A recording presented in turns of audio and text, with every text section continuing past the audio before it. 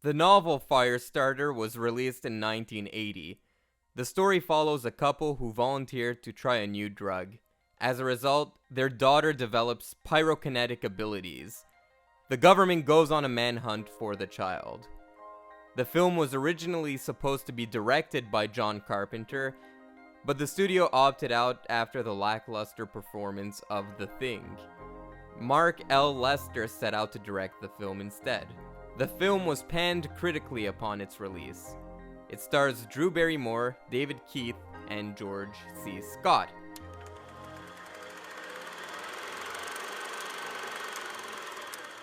Hey guys, and welcome back to Garage Stephen-King-a-thon, where every day for the month of October, we revisit a Stephen King adaptation. Today we're talking about Firestarter, which many people think that this movie is bad. But I actually kind of like this movie. Hear me out, guys, because I'm going to try to explain it to the best of my abilities.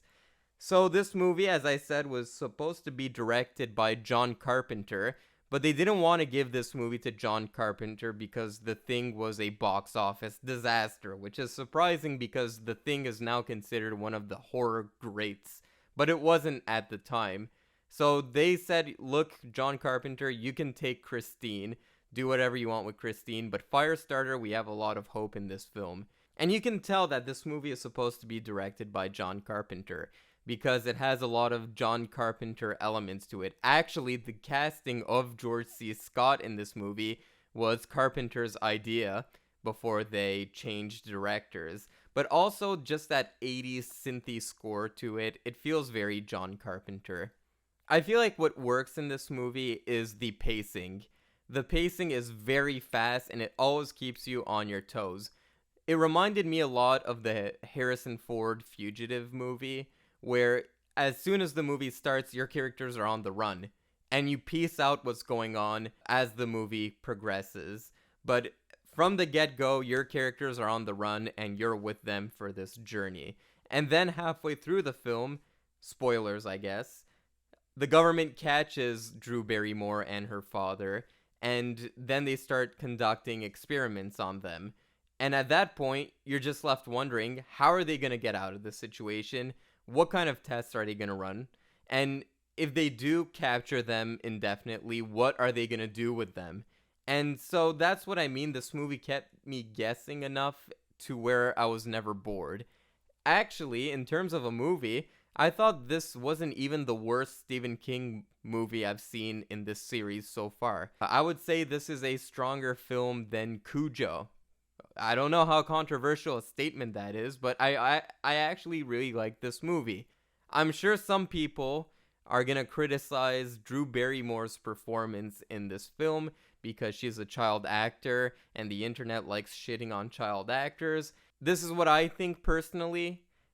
When you watch a movie, sometimes your brain has to accept certain things. Like sometimes when you watch a high school movie, everyone there is 25, but your brain at this point just tunes it out because we're used to it. Or sometimes when a flashback happens and the character is much younger, they'll use a different actor who looks nothing like the original actor, but your brain just accepts it. At this point, my brain just accepts it when a child gives a lackluster performance, because it's so hard to get a kid to act. And there are the black sheep examples like Elliot and E.T. and stuff like that, but it's by no means the norm. At the end of the day, if you want a kid to act really well, you have to do a lot of things that are unethical, okay? We see the stereotype of the mom who wants the kid to be famous and go to Hollywood, and she's constantly smoking cigarettes and putting pressure on the kid and slapping the kid around him. Why aren't you acting better? Shush, shush, shush, shush, shush, shush, shush, shush, shush. We don't want it to get to that point. We gotta accept as a viewer that sometimes child actors aren't gonna be as good as grown-up actors, is what I'm saying. But anyway, the pace of this was very good. The acting in this was very good as well overall. George C. Scott is one of my favorite actors, ladies and gentlemen. General Patton himself is in this movie. I was reading up on this movie, and the character has an eye issue going on, I guess.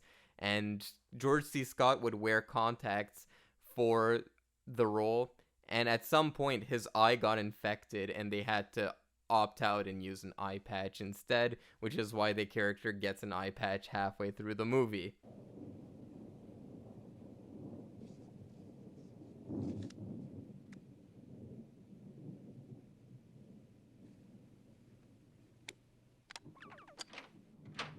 But it kind of works narratively too, because at that point, George C. Scott is trying to look a little less frightening to Drew Barrymore's character, and he'll put that eye patch on for, I thought, because he would look less scary.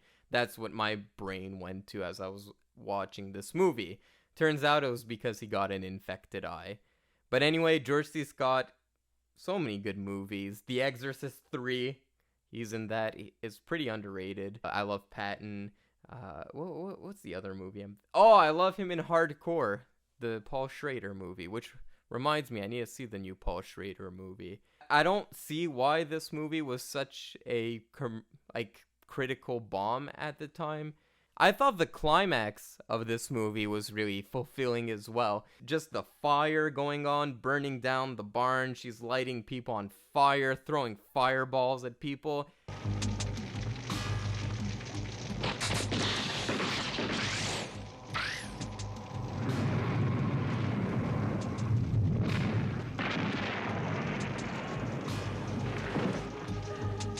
Yes, the visual effects are a little outdated.